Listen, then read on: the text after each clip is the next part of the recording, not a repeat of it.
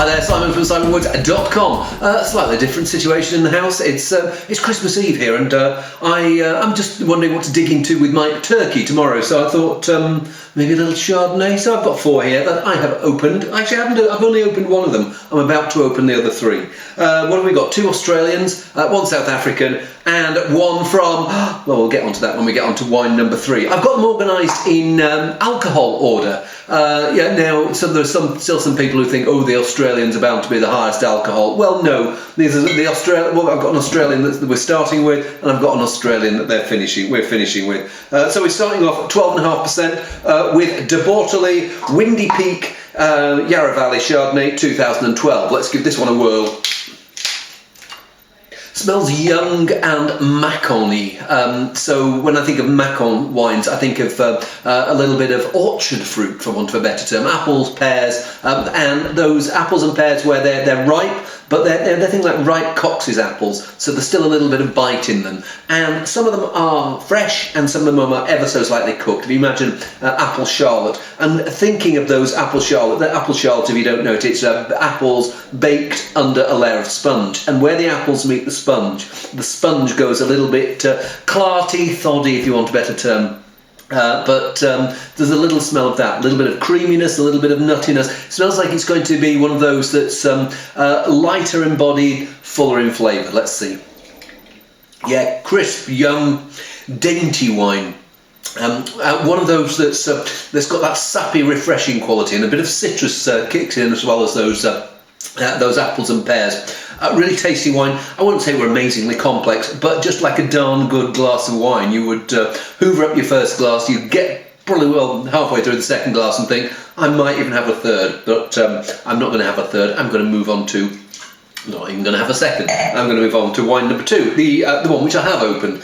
So this is from South Africa. The Glencarlu Quartz Stone Chardonnay, single vineyard, wine of origin, Paarl. And there's warm Paarl, and there's cool Paarl. I imagine that this is from some of the cooler bits in Paarl, because the warmer bits would be a bit too warm for Chardonnay.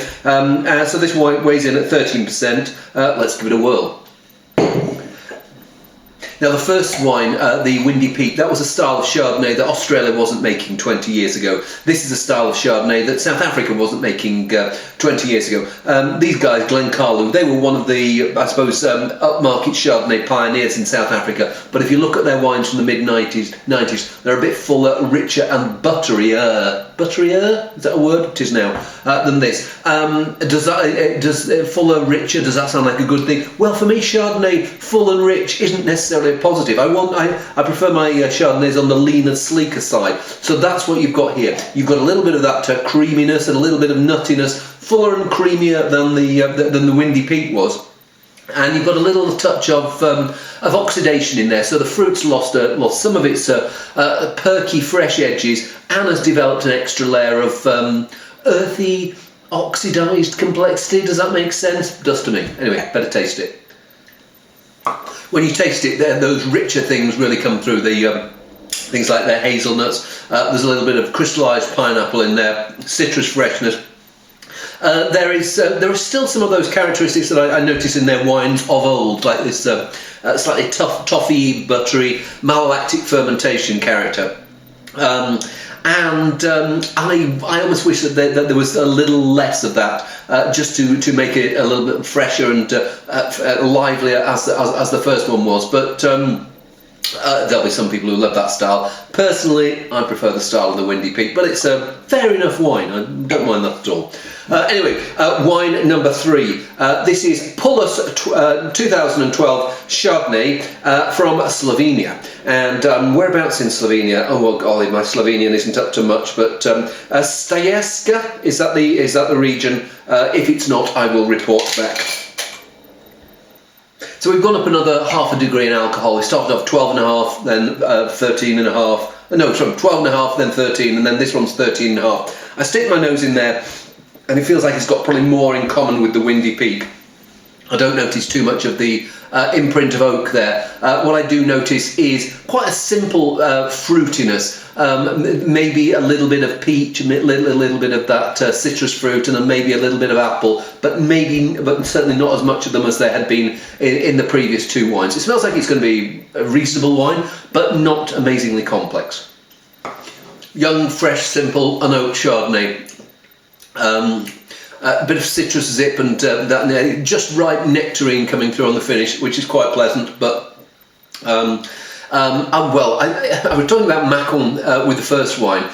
Maybe if the Windy Peak is something a more ambitious Maconnais style like Saint Verin or Puy-Fuissé, this is more in the regular Macon village, just on a simple, tasty, simple everyday glug. And so I'm going to have another glug. It's funny, I think about that compared with the Glencairn. The Glencairn is a more complex wine. I actually think I'd probably drink more of the Pullus, but that's a personal preference. I know for some people, as I say, who it would be completely the opposite way around. Final wine, Bendigo Estate. It's not their Art Series Chardonnay, top of the range, which has been winning them plaudits for several years, but it's their second tier Prelude Vineyards. So it's Chardonnay 2010 from Margaret River, from their own vineyards. I'm pretty sure it's from their own vineyards, and this weighs in at 14%. So let's give this one a whirl. Now this is more in the slightly old-fashioned Australian Chardonnay vein, but the good Australian old-fashioned vein. What's happened in Australia with Chardonnay is that there are quite a few people who've decided to rebel against the style of wines that were popular in the 80s and 90s, and picking far earlier, giving them far less oak treatment, and making a leaner, finer wine. And sometimes they're actually picking way too early before all the fruit flavours have developed, so you're getting something that is just too skinny. Here, I think that what's good about this is that the old-fashioned bit is it's 14% alcohol and it's ripe. The good bit about it is the way in which they've made the wine. So they've made the wine so it's not fruit forward. There are more of these nutty, creamy, toasty characters, more the sort of thing I was getting in the Glencairn. But here it feels like the winemaking is a little bit more precise. They've not let that edge of oxidation creep in.